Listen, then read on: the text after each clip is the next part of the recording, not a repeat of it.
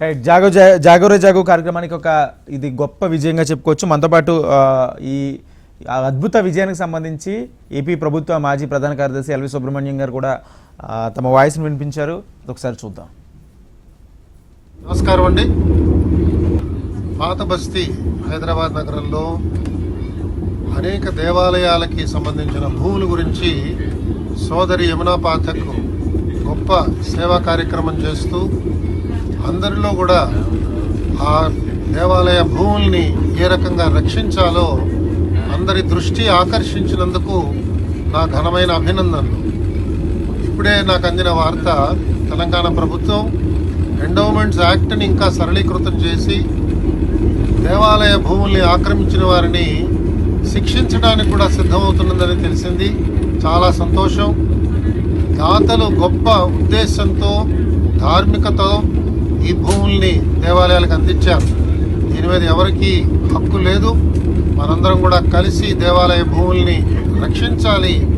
దేవాలయాల యొక్క గొప్పతనాన్ని, మన సాంప్రదాయానికి దగ్గరగా ఉండే ఈ క్షేత్రాల్ని మనందరం కలిసికట్టుగా కాపాడుకోవాలని సోదరి యమునా పాఠక్ చేస్తున్న ఈ ఉద్యమానికి నా సంపూర్ణమైన అభినందనల్ని తెలుపుతూ ఆవిడికి నా మద్దతుని తెలుపుతున్నాను.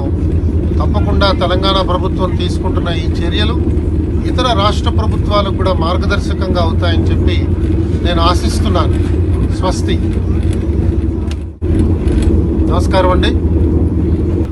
పాత బస్తీ హైదరాబాద్ నగరంలో అనేక దేవాలయాలకి సంబంధించిన భూముల గురించి సోదరి యమునా పాఠక్ గొప్ప సేవా కార్యక్రమం చేస్తూ అందరిలో కూడా ఆ దేవాలయ భూముల్ని ఏ రకంగా రక్షించాలో అందరి దృష్టి ఆకర్షించినందుకు నా ఘనమైన అభినందనలు.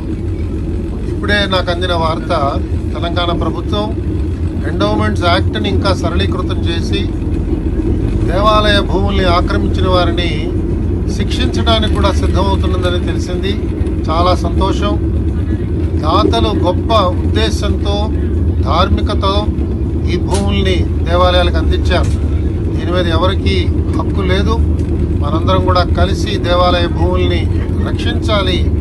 దేవాలయాల యొక్క గొప్పతనాన్ని, మన సాంప్రదాయానికి దగ్గరగా ఉండే ఈ క్షేత్రాల్ని మనందరం కలిసికట్టుగా కాపాడుకోవాలని సోదరి యమునా పాఠక్ చేస్తున్న ఈ ఉద్యమానికి నా సంపూర్ణమైన అభినందనల్ని తెలుపుతూ ఆవిడికి నా మద్దతుని తెలుపుతున్నాను. తప్పకుండా తెలంగాణ ప్రభుత్వం తీసుకుంటున్న ఈ చర్యలు ఇతర రాష్ట్ర ప్రభుత్వాలకు కూడా మార్గదర్శకంగా అవుతాయని చెప్పి నేను ఆశిస్తున్నాను. స్వస్తి.